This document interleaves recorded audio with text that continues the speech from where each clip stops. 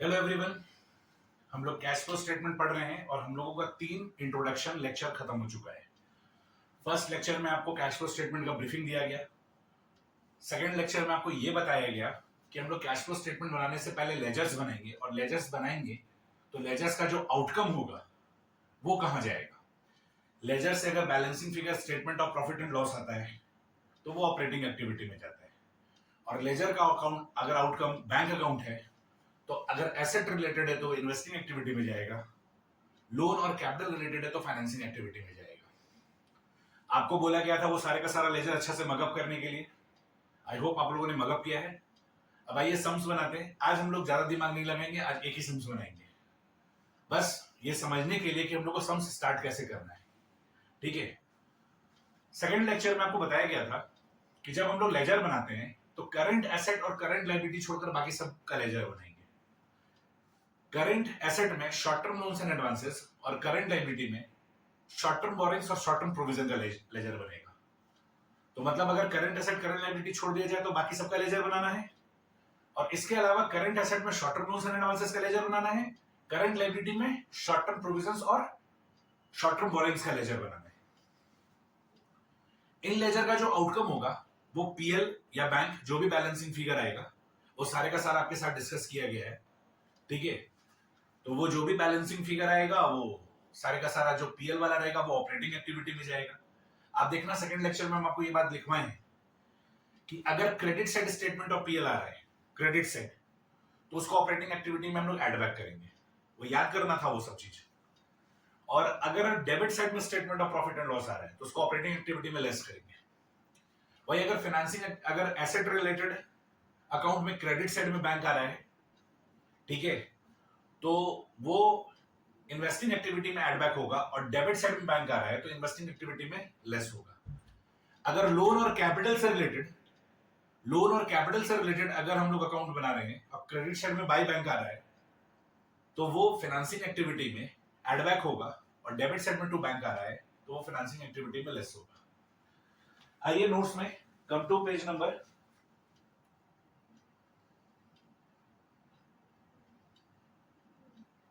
8 में आइए। देखिए क्वेश्चन नंबर 1 वहां से शुरू हो रहा है और पेज नंबर 9 में जा रहा है।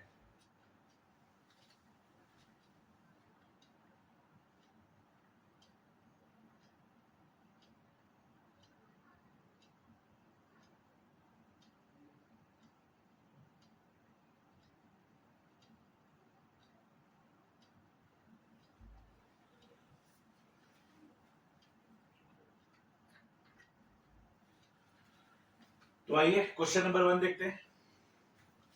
From the following balance sheet of tiger super steel limited. और बच्चों एक कंडीशन ये भी था कि लेजर तभी बनाएंगे जब ओपनिंग और क्लोजिंग बैलेंस में डिफरेंसेस हो, और जब या फिर उस अकाउंट में रिलेटेड उस आइटम से रिलेटेड कोई एडजस्टमेंट हो।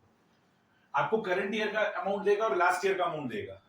लास्ट ईयर का जो अमाउंट है वो लास्ट ईयर का क्लोजिंग बैलेंस है, वो इस साल के लिए ओपनिंग कहलाएगा, और जो करंट ईयर का अमाउंट है वो करंट ईयर का क्लोजिंग बैलेंस है।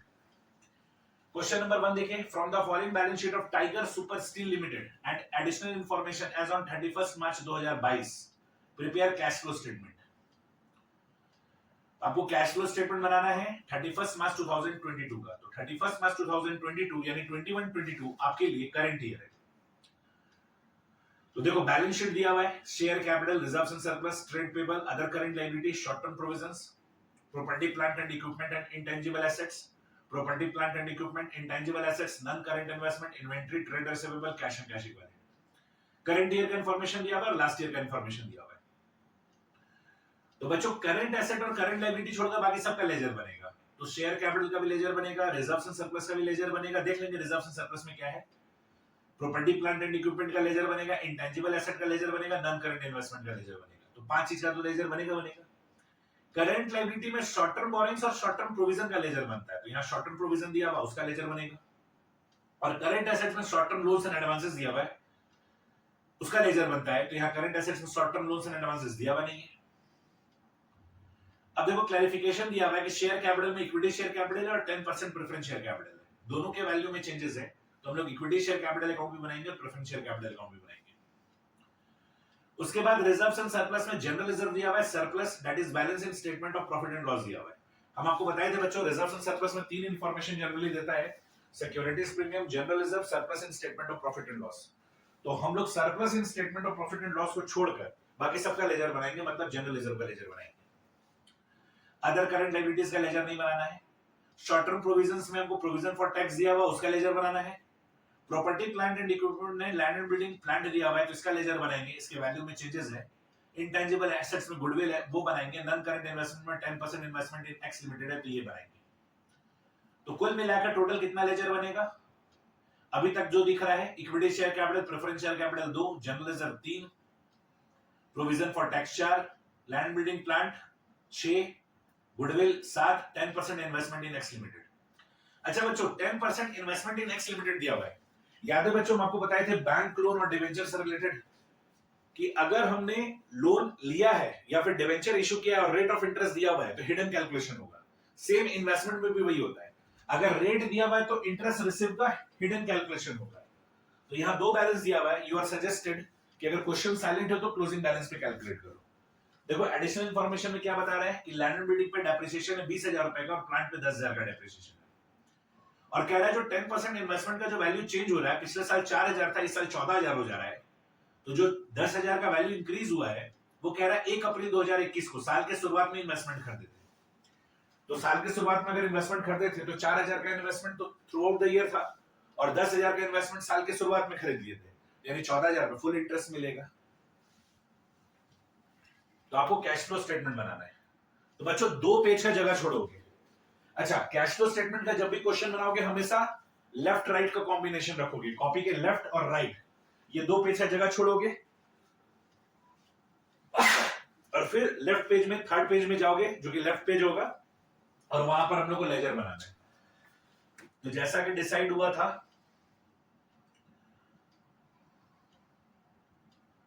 टोटल 9 लेजर बनेगा।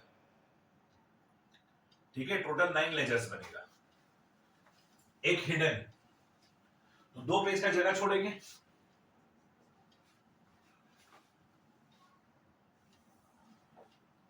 और ये सारा का सारा वर्किंग नोट है।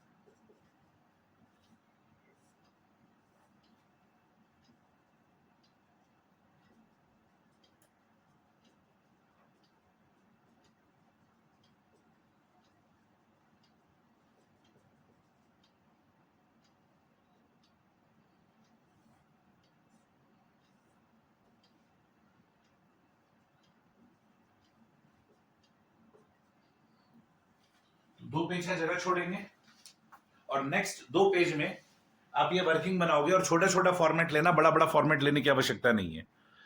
एक पेज में 4-5 फॉर्मेट आराम से हो जाएगा, ठीक है। क्योंकि वर्किंग बना रहे हैं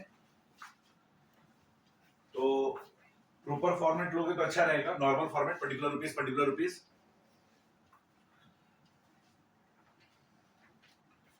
बच्चों हम लोग को ऐसा करना है कि हम लोग 20 मिनट्स में कैश फ्लो स्टेटमेंट का क्वेश्चन सॉल्व कर रहे हैं। हम लोग का जो टारगेट टाइम रहेगा वो 20 मिनट्स का रहेगा। आज तो पहला क्वेश्चन सीख रहे हैं, अभी 2-3 क्वेश्चन, 4 क्वेश्चन में हम लोगों को 40-40 मिनट, 45-45 मिनट लग सकता है। उसके लिए घबराएंगे नहीं, पर जब ये चैप्टर कंप्लीट हो जाएगा तो हम लोग को टारगेट करना है कि 20 मिनट्स में ये चैप्टर खत्म, ये इसका क्वेश्चन बनाना है, ठीक है। क्योंकि 20 मिनट से आप जितना भी ज्यादा टाइम दे रहे हैं इस क्वेश्चन के लिए, कैश फ्लो स्टेटमेंट के लिए, that is loss for you. और एग्जाम में ये क्वेश्चन मैंडेटरी क्वेश्चन में आता है, ये ऑप्शनल में नहीं आता है। तो ऐसा भी नहीं कि आप इसको छोड़ सकते हो। तो बच्चों जैसा कि हम लोगों ने डिसाइड किया था कि करंट एसेट और करंट लायबिलिटी छोड़कर बाकी सारे का लेजर बनाएंगे। करंट एसेट में हम लोग short term borrowings, provision for tax का लेजर बनाएंगे, और करंट एसेट में short term loans and advances का लेजर बनाएंगे, ठीक है। इसका जो आउटकम होगा पीएल वाला, वो जाएगा ऑपरेटिंग एक्टिविटी में। और जो बैंक वाला आउटकम होगा, अगर एसेट रिलेटेड है तो इन्वेस्टिंग एक्टिविटी में, और कैपिटल और लोन से रिलेटेड है तो फाइनेंसिंग एक्टिविटी में जाएगा। अच्छा, जो करंट एसेट करंट लायबिलिटी का लेजर नहीं बना, जो करंट एसेट करंट लायबिलिटी का लेजर नहीं बना, जिसका हम लोग लेजर नहीं बना रहे हैं, वो भी ऑपरेटिंग एक्टिविटी में जाएगा, except cash and cash equivalent, except cash and cash equivalent. तो जो करंट एसेट और करंट लायबिलिटी जिसका लेजर नहीं बना रहे हैं, वो भी ऑपरेटिंग एक्टिविटी में पास ऑन होगा, except cash and cash equivalent. आइए इस क्वेश्चन के थ्रू सीख लेंगे। अब सबसे पहले आपको क्या करना है, अमाउंट पोस्टिंग करना है। तो आपको बोला गया था याद करने के लिए कि ओपनिंग बैलेंस कहां जाता है, क्लोजिंग कहां जाता है। तो आपने याद किया होगा। सर हम तो याद नहीं किए। तो भाई खतरों के खिलाड़ी हो तो चैप्टर कहां से समझ में आएगा। आपको बोला गया था कि ओपनिंग बैलेंस कहां पोस्ट होता है, क्लोजिंग कहां पोस्ट होता है, आपको अच्छे से याद करना है। ओपनिंग किस तरफ लिखते हैं, क्लोजिंग किस तरफ लिखते हैं।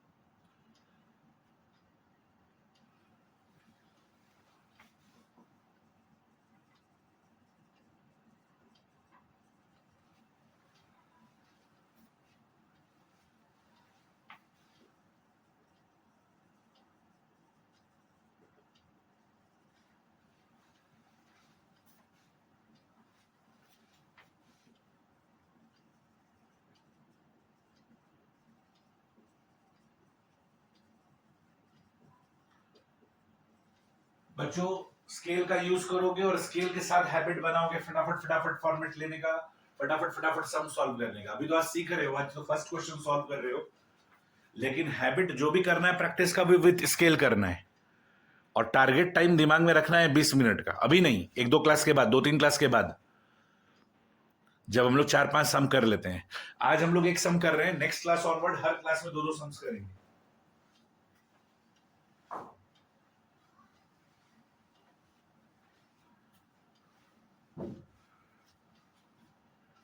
ये आपको पता होना चाहिए कि आपको किस तरफ ओपनिंग और क्लोजिंग किस तरफ लिखना है। अब आइए बैलेंसिंग फिगर निकालते हैं।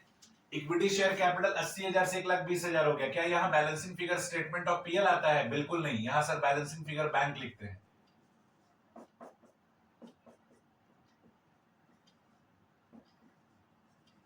प्रेफरेंस शेयर कैपिटल 40,000 से 20,000 हो गया, तो 20,000 का क्या हो गया? रिडेम्पशन हो गया। 20,000 का रिडेम्पशन हो गया, यहाँ पे टू बैंक बैलेंसिंग फिगर आएगा। यही तो आपको याद करना था कि बैलेंसिंग फिगर में क्या आएगा। जनरल रिजर्व 8,000 से 12,000 हो गया, तो 4,000 आप क्रिएट किए होगे, तो यहां पर statement of profit and loss आएगा।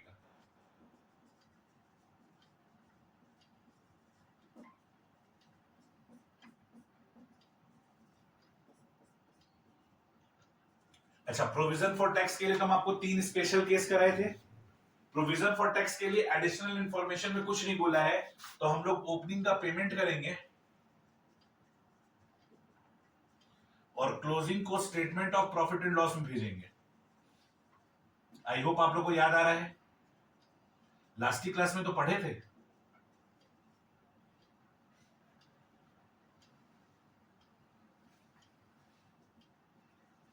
लास्ट क्लास में ही तो पढ़े थे ये बात।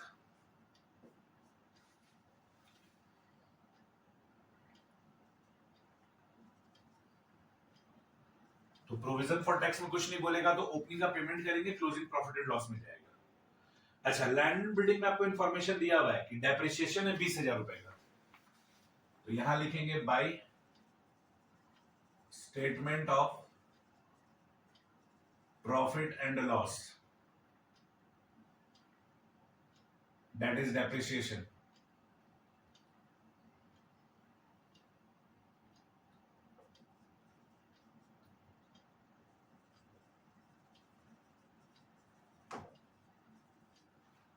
तो लैंड एंड बिल्डिंग में डेप्रिसिएशन कितना बता रहा है? 20,000 बता रहा है।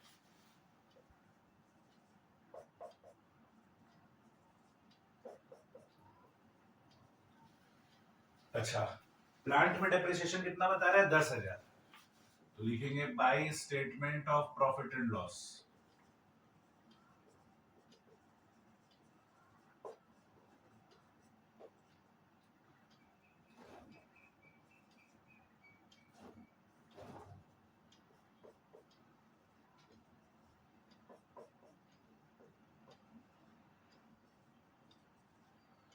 यहां डेबिट साइड जो बैलेंसिंग फिगर आएगा वो टू बैंक होगा, यानी परचेस किए होंगे, तभी तो डेबिट साइड में बैलेंसिंग फिगर आ रहा है।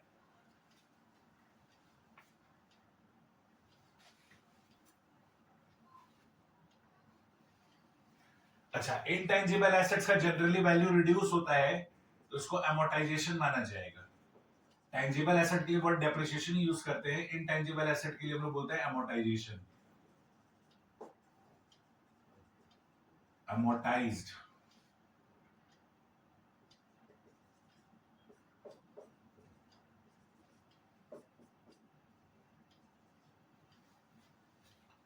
इन्वेस्टमेंट 4,000 से 14,000 हो जा रहा है, तो आपको क्वेश्चन में बता दिया है कि जो इन्वेस्टमेंट आप खरीदे हैं वो साल के शुरुआत में खरीदे हैं, तो इसके बताने से क्या फर्क पड़ा? इंटरेस्ट के कैलकुलेशन में फर्क पड़ेगा।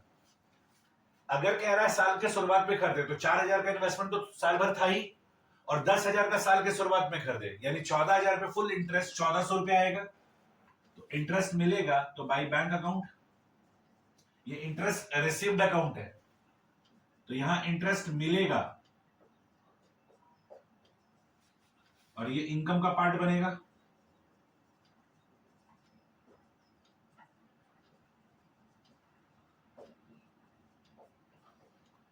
सर, अगर क्वेश्चन में कहता कि इन्वेस्टमेंट साल के अंत में खरीदे हैं, तो क्या कुछ फर्क पड़ता? बहुत कुछ फर्क पड़ता। अगर कहता ये 10,000 का जो इन्वेस्टमेंट परचेस किए वो साल के अंत में है, तो इसका मतलब क्या निकालते? इसका मतलब ये निकालते कि इन्वेस्टमेंट साल के अंत में 10,000 रुपए खरीदा, यानी थ्रू आउट द ईयर मेरे पास 4,000 रुपए का इन्वेस्टमेंट था, तो इंटरेस्ट किस पे आता? 4,000 रुपए आता। ये बात जो क्वेश्चन आपको बताता है कि हम इन्वेस्टमेंट कब खरीदे हैं, लोन कब लिए हैं, ये बहुत मैटर करता है। डिबेंचर कब इशू किए हैं, अगर क्वेश्चन बता रहा है तो बहुत मैटर करता है। क्वेश्चन नहीं बता रहा है तब तो क्लोजिंग वैल्यू पे ले लेना है, लेकिन बता रहा है तो ध्यान देना है।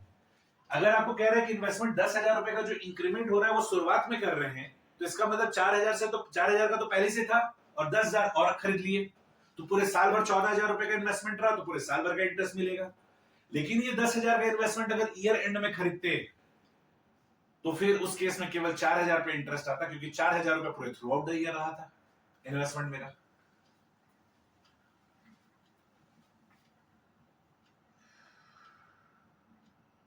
तो ये लेजर्स है।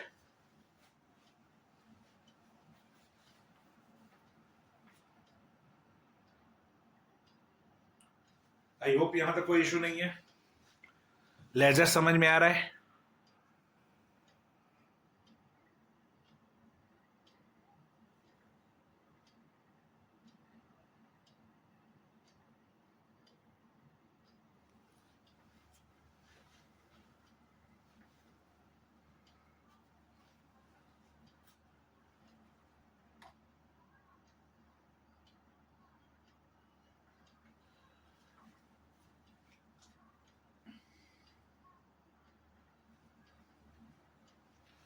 अच्छा, ऑपरेटिंग एक्टिविटी में क्या जाएगा? अब हम लोग कैश फ्लो स्टेटमेंट बनाएंगे बच्चों। तो जहां जहां हम लोग statement of profit and loss लिखे वो सारे का सारा ऑपरेटिंग एक्टिविटी में जाएगा, ठीक है। ये जहां जहां हम लोग statement of profit and loss लिखे वहां ऑपरेटिंग एक्टिविटी में जाएगा।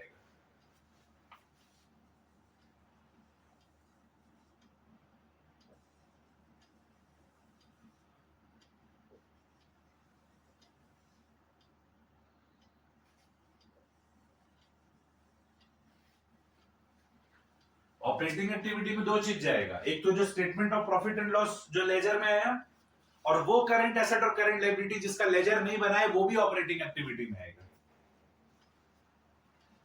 वो करंट एसेट और करंट लायबिलिटी जो हम लोग जिसका लेजर नहीं बनाए हैं except cash and cash equivalent, वो भी किसमें आएगा? ऑपरेटिंग एक्टिविटी में आएगा।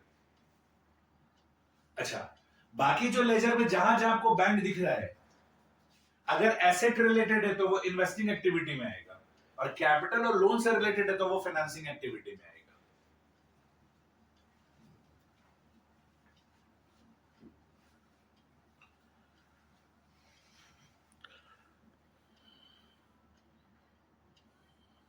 मिटा दे, क्योंकि अब हम लोग को प्रॉपर कैश फ्लो स्टेटमेंट बनाना है।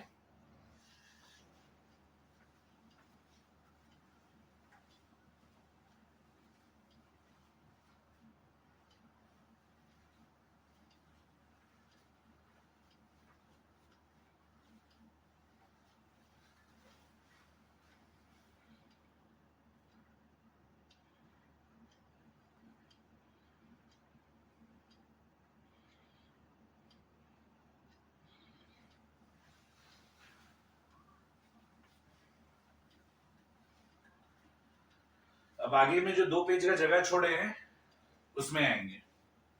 हमेशा यही करना बच्चों, 2 पेज में कैश फ्लो स्टेटमेंट, 2 पेज में वर्किंग नोट।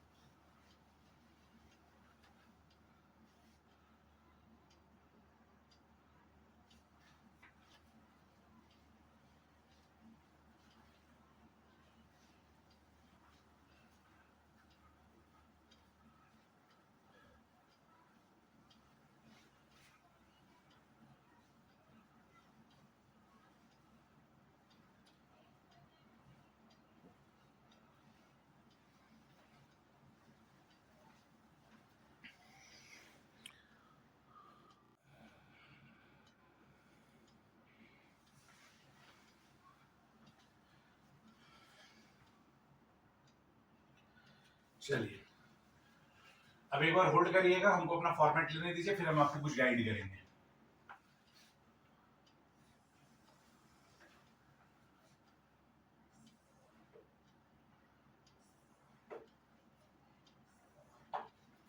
हड़बड़ाना नहीं है।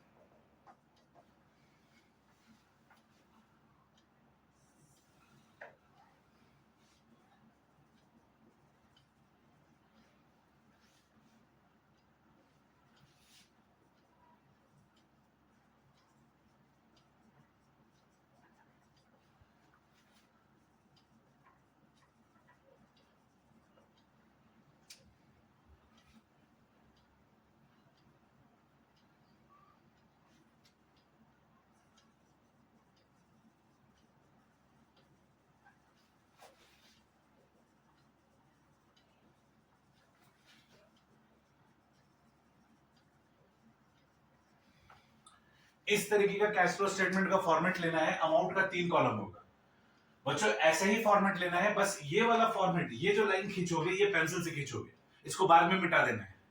ये पूरा फॉर्मेट तो पेन से खींचोगे ना, ठीक है, आप जैसे भी खींचो फॉर्मेट, लेकिन ये वाला जो पतला अलाइनमेंट हम खींचे हैं इसको बाद में मिटा देना है। ये बस खींचे इसीलिए है कि हम लोग का अलाइनमेंट ना गड़बड़ा जाए, इसको फिर बाद में मिटा देना है। ये वाले लाइन को, ये वाला लाइन नहीं होगा। और इस तरीके का फॉर्मेट होगा। अमाउंट का 3 कॉलम लेंगे ऑलवेज।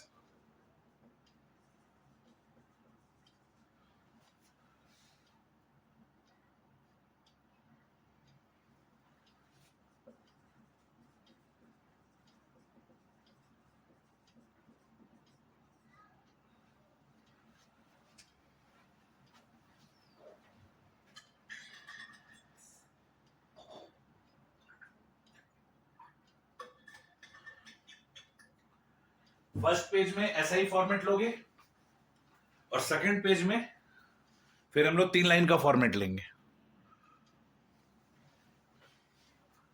सेकंड पेज में जब फॉर्मेट लेंगे तो अपर कैप नहीं होगा। अगर कंफ्यूजन है तो अभी ड्रॉ मत करो, केवल फर्स्ट पेज में फॉर्मेट ड्रॉ करो, फिर हम बताएंगे सेकंड पेज में कैसे होगा।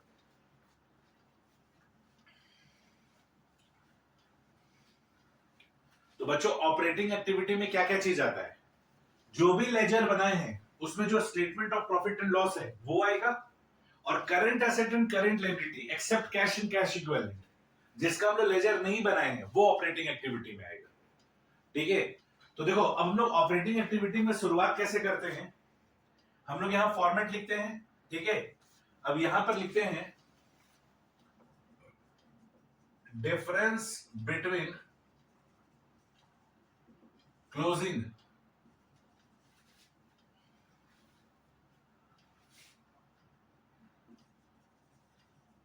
Balance and opening balance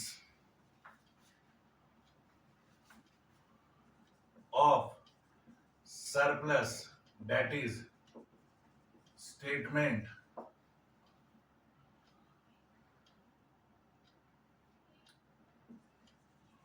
balance in statement of profit and loss, इस तरीके से लिखा जाता है। और क्लोजिंग माइनस ओपनिंग हम लोग ब्रैकेट में शो करेंगे।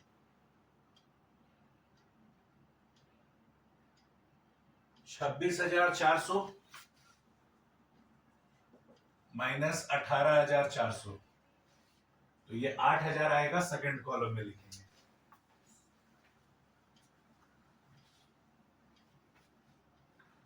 लिखो लिखो जल्दी जल्दी लिखो।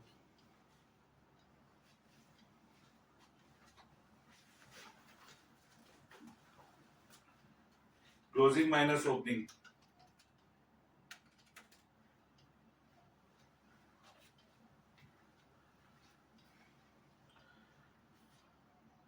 अच्छा अब जितना भी लेजर बनाए हैं उसमें जहां जहां statement of profit and loss credit side आया है वो ऐड होगा, और जो डेबिट साइड में आया है वो लेस होगा। इसका रीजन क्या है 3-4 क्लास के बाद बता देंगे, उसके लिए टेंशन नहीं लेना है, अभी रटना है। ठीक है ना। अब बच्चों जो भी हम लोग ऐड लेस करेंगे, कसम खा लो कि 3 चीज का ऐड लेस पहले करेंगे, बाकी ऐड लेस बाद में करेंगे। आप जितना भी लेजर बनाए हो, statement of profit and loss तो बहुत जगह आया है, ठीक है, बहुत जगह statement of profit and loss आया है। देखो तो वर्किंग में कहां कहां statement of profit and loss आया है। सर जनरल रिजर्व में आया है, प्रोविजन फॉर टैक्स में आया है, लैंड एंड बिल्डिंग में आया है, प्लांट में आया है, गुडविल में आया है और इंटरेस्ट अकाउंट में आया है, जगह जगह आया है। तो तीन चीज, तीन नाम से रिलेटेड एड लेस पहले करेंगे, transfer to reserve, provision for tax और डिविडेंड। इस क्वेश्चन में डिविडेंड नहीं है। हम आपको क्या बताएं, जो भी लेजर बनाए हैं क्रेडिट साइड में statement of profit and loss को ऐड करना है, डेबिट साइड वाले statement of profit and loss को लेस करना है।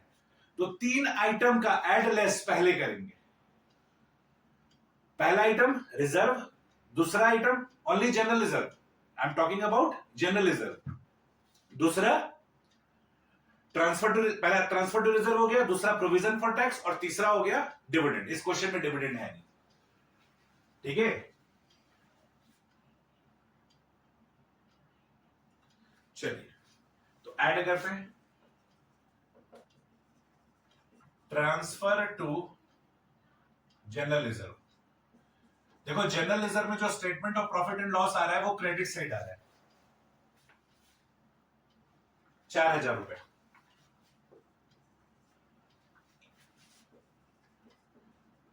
दूसरा provision for tax made, PL को क्या बोलते हैं, मेड, और बैंक को क्या बोलते हैं, paid. Provision for tax made during the year, कितना है, 12,800। और तीसरा आइटम होता है डिविडेंड, इस क्वेश्चन में दिया हुआ नहीं है, तो 16,800, यह आएगा 24,800। फिर यहां लिखेंगे लेस डैश 24,800। तो तीन आइटम से रिलेटेड एड लेस पहले कर लेना है और इसका नाम दिया जाएगा net profit before taxation and extraordinary item. ये इसका नाम संस्कार है, net profit before tax and extraordinary item.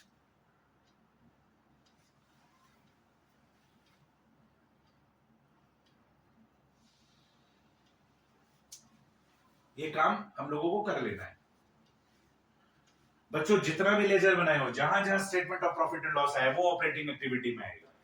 Current asset current liability जिसका लेजर नहीं बनाए except cash and cash equivalent, वो भी ऑपरेटिंग एक्टिविटी में आएगा। अब हम लोग क्या कर रहे हैं, सबसे पहले जो भी लेजर में statement of profit and loss आया है उसमें से तीन आइटम को हम लोग छाट ले रहे हैं, reserve, general reserve, provision for tax और डिविडेंड। इन तीनों से रिलेटेड अगर क्रेडिट साइड में स्टेटमेंट ऑफ पीएल है तो ऐड कर दीजिए, डेबिट में है तो लेस कर दीजिए। ये काम पहले कर लेना है। अब बाकी जो statement of profit and loss बच गया उसको अब कर लेंगे ऐड, इसका नाम देंगे non cash and non operating expenses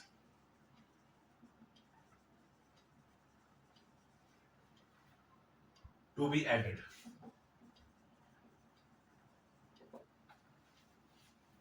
अब बाकी statement of profit and loss झाको, इक्विटी शेयर में तो था नहीं, प्रेफरेंस शेयर में था नहीं, जनरल रिजर्व का हो चुका, प्रोविजन फॉर टैक्स का हो चुका, लैंड एंड बिल्डिंग में था 20,000 रुपए का। तो लिखेंगे depreciation on land and building, first column में 20,000, फिर depreciation on plant 10,000, amortization of goodwill 5,200। Credit side में जो statement of profit and loss है उसको कर रहे हैं। अच्छा, इंटरेस्ट में तो डेबिट साइड में है तो वो लेस होगा,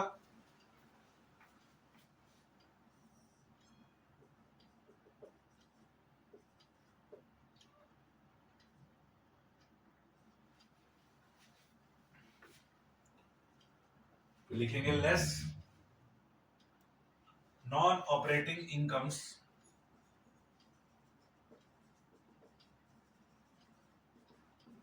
to be deducted.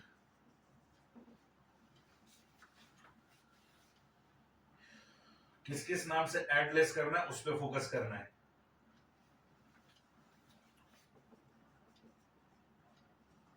Interest on 10% investment in x limited. कितना था? 1400। एक ही आइटम है तो सीधे सीधे बाहर फेंक दो।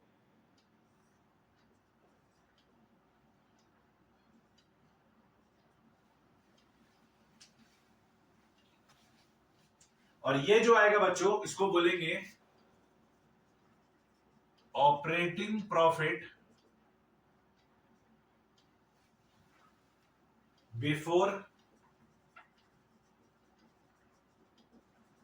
Working capital changes.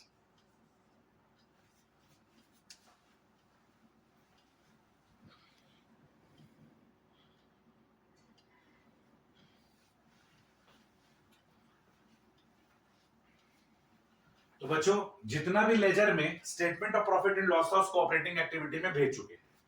जो भी हम लोग लेजर बनाए थे उसमें जहां जहां हम लोगों का statement of profit and loss था उसको हम लोग ऑपरेटिंग एक्टिविटी में भेज चुके। तो तीन सामान का काम पहले करना है, general reserve, provision for tax और डिविडेंड। डिविडेंड इस क्वेश्चन में है नहीं। इसके अलावा जो बच गया उन सबको ऐड बैक कर देना है। ऐसे आप लोग पढ़ रहे होंगे तो पढ़ते पढ़ते तो दिख ही रहा होगा कि यहाँ क्या लिखा हुआ है, क्या ऐड कर रहे हैं, non cash and non operating expenses.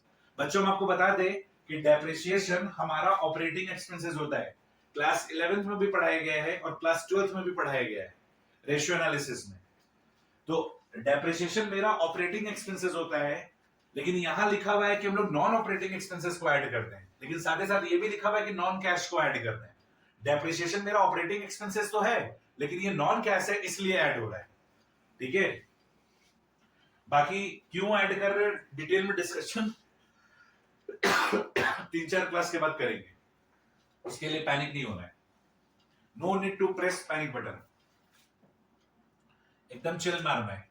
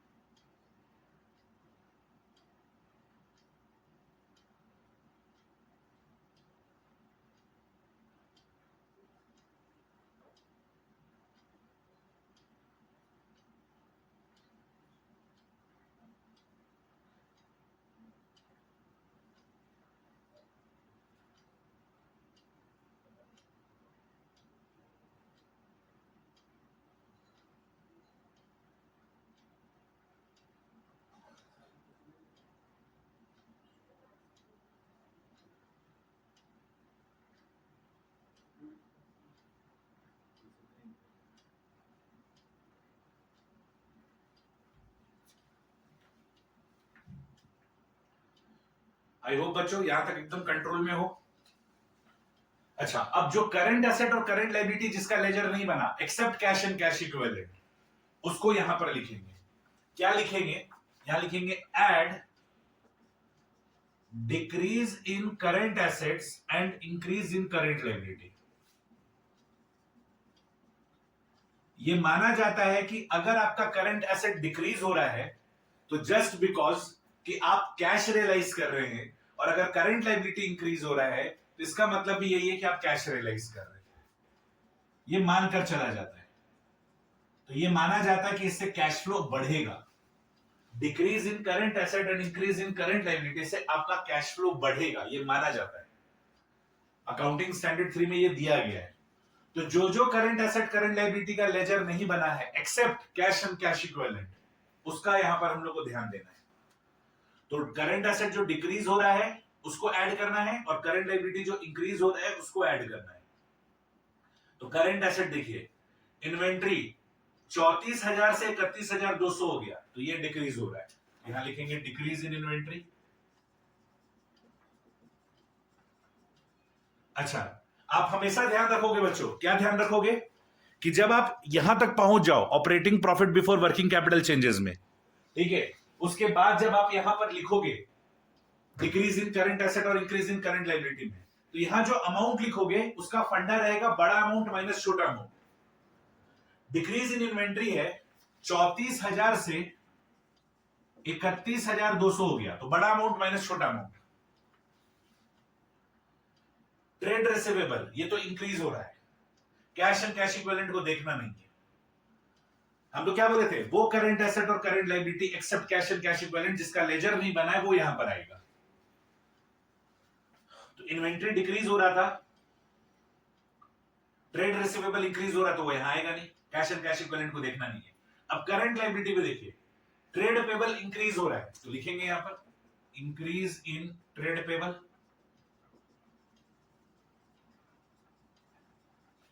बड़ा अमाउंट माइनस छोटा अमाउंट, 21,200 माइनस 14,000। फिर अदर करंट लायबिलिटी, ये तो डिक्रीज हो रहा है, 3200 से 2400 हो जा रहा है, और शॉर्ट टर्म प्रोविजन का लेजर बने हैं।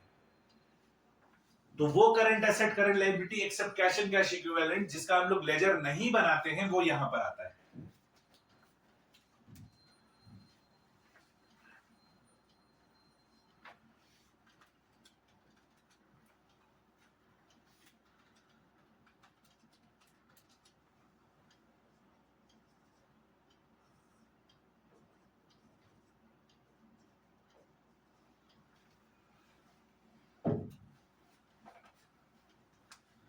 बच्चों अभी आपका पेज नहीं भरा होगा, अभी आपका 70% ऑफ द पेज भरा होगा, अभी आप लोग के पास स्पेस होगा, हालांकि मेरे पास स्पेस नहीं है, हमको ठूसा ठूसी करना नहीं है, पहला क्वेश्चन है इज्जत से समझा रहे हैं।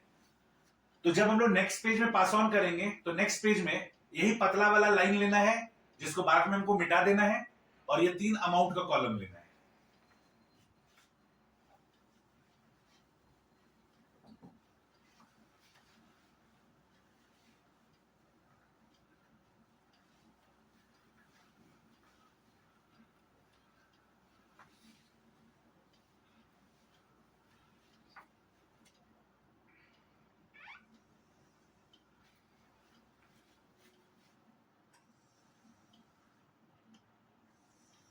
अब नेक्स्ट पेज में ये ओपन फॉर्मेट लेंगे, ओपन कॉलम लेंगे 68,600 के नीचे, अब यहां लिखेंगे लेस।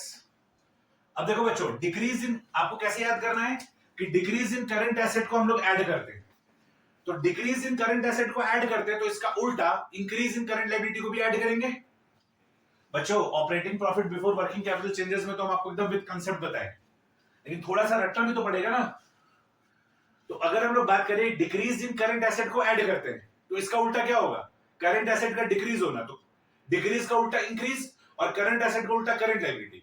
तो decrease in current asset add होता है तो इंक्रीज इन करंट लायबिलिटी भी ऐड होता है। अब जो चीज ऐड कर दी हो इसका उल्टा लेस करोगे, decrease in current asset add की हो तो इंक्रीज इन करंट एसेट क्या करोगे, लेस करोगे।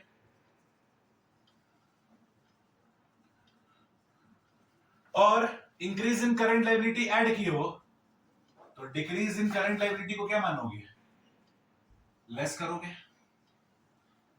तो माना जाता है कि इंक्रीज इन करंट एसेट हो या डिक्रीज इन करंट लायबिलिटी हो, इससे आपका कैश आउटफ्लो होता है। अरे स्टॉक खरीदे पैसा चला गया, क्रेडिटर का पेमेंट किया पैसा चला गया, तो कैश आउटफ्लो हो गया। तो आइए वापिस से चेक करते हैं, increase in trade receivables,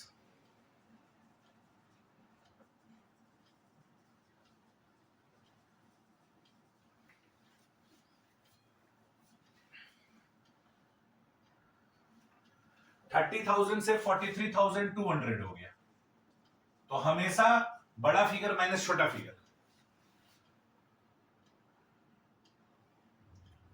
inventory हो चुका था, ट्रेड रिसीवेबल ले चुके, कैश एंड कैश इक्विवेलेंट आएगा, ट्रेड पेबल ले चुके। अच्छा, अदर करंट लायबिलिटीज का एक्सप्लेनेशन आपको दिया हुआ है, वो क्या है, आउटस्टैंडिंग एक्सपेंसेस है, 3200 से 2400 हो जा रहा है।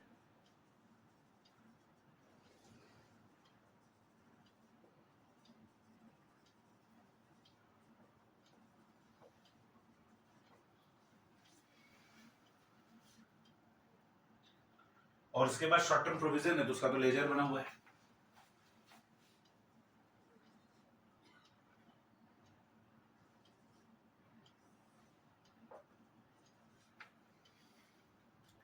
68,600 में 14,000 माइनस करेंगे तो ये आएगा 54,600। क्या इसका भी कोई नाम है? हाँ, इसका भी नाम है। अब ये जो आउटकम आया है इसको हम लोग नाम देंगे कैश जनरेटेड फ्रॉम ऑपरेशंस। क्या नाम देना है इसको?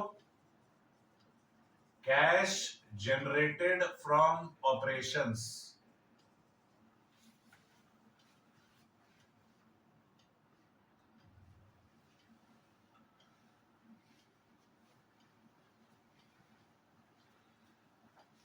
यही फॉर्मेट है बच्चों, आपको लर्न करते चलना है कैसे कैसे क्या क्या करते जा रहे हैं।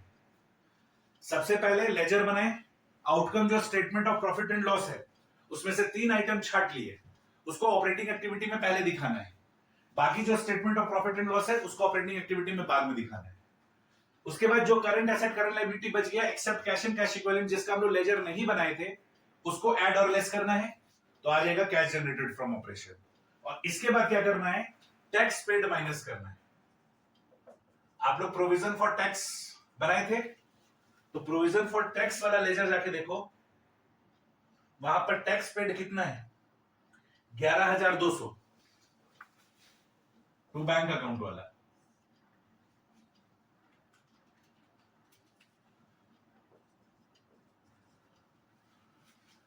इसका नाम देंगे cash flow before extraordinary item. और जनरली आप लोगों के एग्जाम में क्वेश्चन जो आता है उस पर एक्स्ट्राऑर्डिनरी आइटम के बारे में कुछ नहीं बोला जाता है, तो ये फॉर्मेलिटी के लिए यहां लिखेंगे Ed oblique less extraordinary item. इसका कुछ नहीं करना है। अब जो आउटकम आएगा, देखो बच्चों यहां पे हम लिखते हैं 43,400, अब इसके सीधा ही में यहां लिखेंगे 43,400, ठीक है। और इसके सामने लिख देंगे पॉजिटिव आ रहा है तो cash flow from operating activities, और ब्रैकेट में रोमन नंबर 1।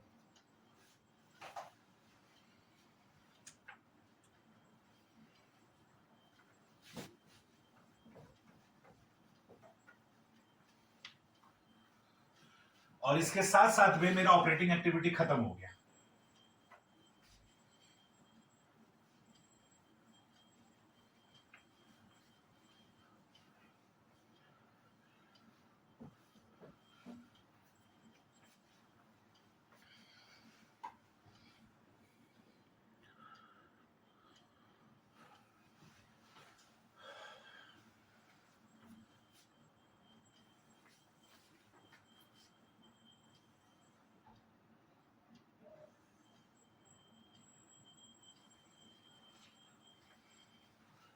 और ये पतला वाला लाइन खींचना है।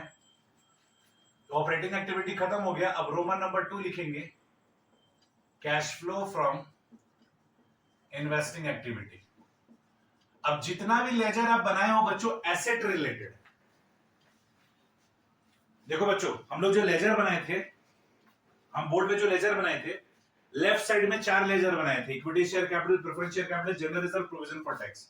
और राइट साइड में एसेट रिलेटेड बनाए थे, land building, plant, goodwill, investment और इंटरेस्ट ऑन 10% इन्वेस्टमेंट।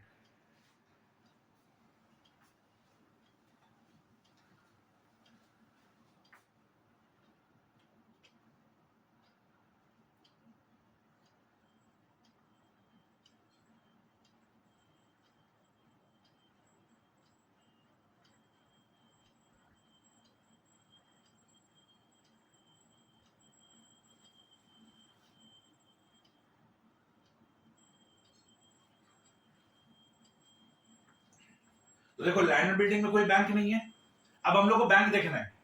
अब बाकी सारे लेजर में हमको बैंक देखना है, स्टेटमेंट ऑफ पीएल तो ले चुके हैं। अब एसेट रिलेटेड अकाउंट में देखो बैंक, लैंड बिल्डिंग में नहीं है, प्लांट में है, डेबिट साइड में। तो डेबिट साइड में अगर बैंक होगा तो लेस करेंगे, क्रेडिट साइड में बैंक होगा तो उसको ऐड करेंगे। तो डेबिट साइड में बैंक का मतलब परचेज ऑफ प्लांट,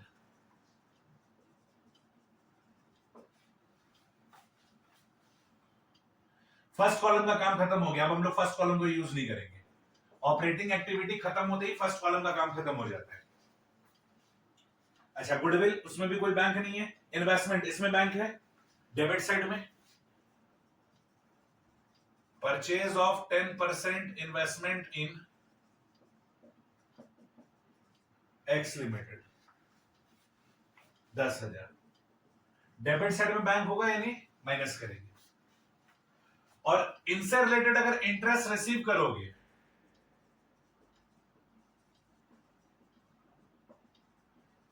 तो ये तो पैसा आया है बच्चों, प्लांट खरीदोगे तो पैसा गया होगा, इन्वेस्टमेंट खरीदोगे तो पैसा गया होगा। अब इसकी वजह से इंटरेस्ट मिला है तो इसकी वजह से तो पैसा आया होगा ना, तो क्रेडिट साइड वाले बैंक को क्या करेंगे, ऐड करेंगे।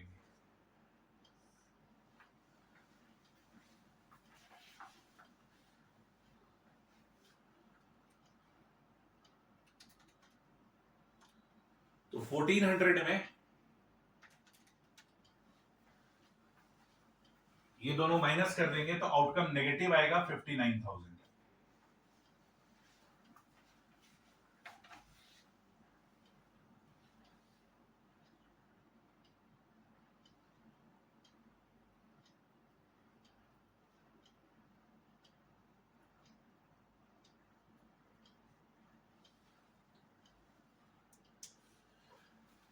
तो बच्चों जब पॉजिटिव था तो हम लोग क्या लिखे थे, फ्रॉम, है ना। ये क्या है, cash flow investing activity. Positive आएगा तो फ्रॉम लिखेंगे, नेगेटिव आएगा तो लिखेंगे यूज्ड इन।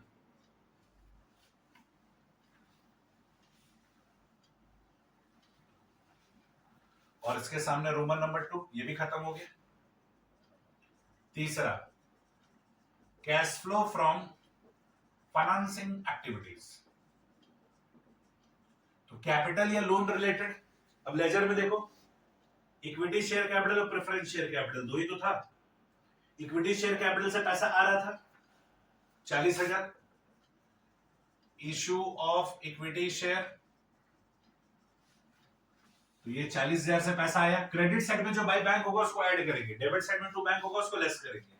लिखवाया हुआ है, याद करना था। और redemption of 10% preference share capital 20,000, इसको लेस करना है। आउटकम पॉजिटिव में आ रहा है 20,000, तो कैश फ्लो फाइनेंसिंग एक्टिविटी। अब चूंकि पॉजिटिव है तो लिखेंगे फ्रॉम।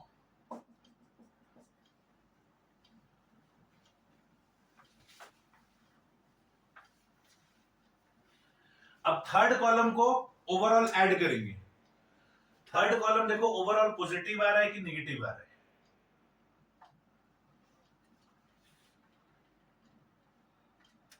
43,400 और 20,000 पॉजिटिव है, 59,000 नेगेटिव है। ओवरऑल 4,400 पॉजिटिव आ रहा है।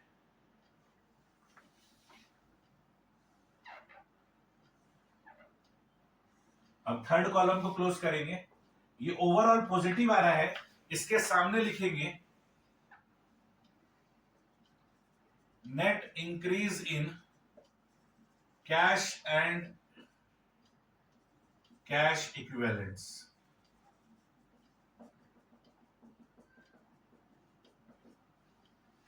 और इसमें हम लोग ऐड कर देंगे। अब जो कैश एंड कैश इक्विवेलेंट छोड़े थे उसका ओपनिंग बैलेंस ऐड कर देंगे, क्लोजिंग बैलेंस हम लोग का स्वतः ही आ जाना चाहिए। Cash and cash equivalents at the beginning of the year. बच्चों कैश फ्लो स्टेटमेंट में क्वेश्चन में ही आंसर दिया हुआ रहता है। Opening cash and cash equivalent देखो कितना है, 6,800।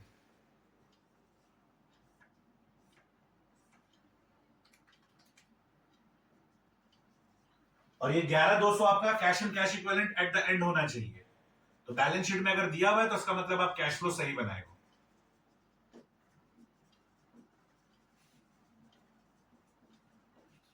तो बच्चों आज हम लोग का कैश फ्लो स्टेटमेंट का चौथा क्लास है। आपको ऑल 4 क्लासेस अच्छे से रिवाइज करना है और नेक्स्ट 2 क्वेश्चन सॉल्व करना है इसी सावधानी के साथ, इन्हीं सावधानी के साथ।